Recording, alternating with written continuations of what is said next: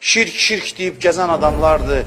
O gün çıxıb danışıb ki, Mir Möhsün ağa özü xəstə idi, özünə şəfa verərdi, cəmaata şəfa verir. Əvvəla Mir Möhsün ağanın ümumiyyətlə övliyaların məzarı tibb müəssisəsi deyil. Cəmaat da ora sırf şəfa üçün getmir.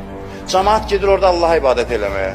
Deyirəm, niyə orada gedir ibadət eləyir? Niyə orada ibadət eləyir? Mən də deyirəm ki, Allah niyə deyir ki, İbrahim məqamının arxasında namaz qılın? Neçə dəfə bunu demişəm, həzdə olanlar görüb. İbrahim məqamını Kəbədən çıxar, apar bir yerə qoydun bu İbrahim məqamı. Nə deyərsən adına? Deyir, pirdir də bura. Elə deyil, pirdə ziyarətgahdır. İbrahim əleyhissalamın ayaq izi. Allah niyə deyir, Kəbənin qırağında yer doludur? Deyir, namazınızı pirdə qılın. Ziyarətgahdır ora, ayaq izidir. Niyə bunu deyir? Bu sual verirəm, cavab ver mənə.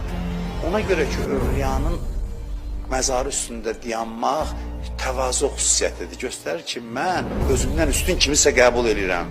Canınız buna görə çıxır ki, bunu qəbul eləmək istəmirsiniz. Davamız buna görədir.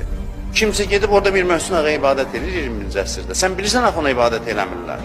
Allah deyir ki, get mənim dostumun qəbri üstündə. Yəni, etiraf elə ki, bu məndən sən Allaha yaxındır. Nə olar, canın çıxmaz bunu desin. Bu sənin üçün ancaq başucalığı gətirər.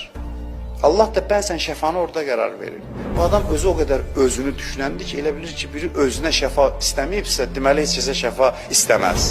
Adam var, özünə istəmir, başqasını eləyir. Əbəlfəz ağanın qolu kəsildi, su gətirənmədi, uşaqların ehtiyacını ödəyənmədi. Amma indi onun vasitəsilə nə qədər insanların hacəti rəva olur.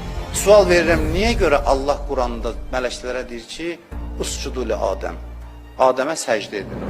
Sual verirəm, cavab ver. Səcdə Allahadır, niyə deyir ki, Adəmə səcdə edin? Niyə deyir təzim eləyin? Adəmə ibadət eləyin demirə, səcdə təzim mənasındadır.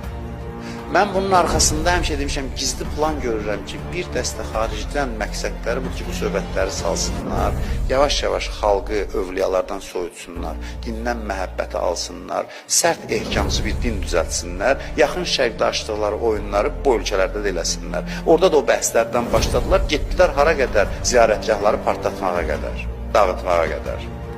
Çünki bir dində ki, övliya yoxdur, ona təzim, ehtiram yoxdur, o dində sərt ehkamsız olur. Oturublar, tohid keşikçisidir güya.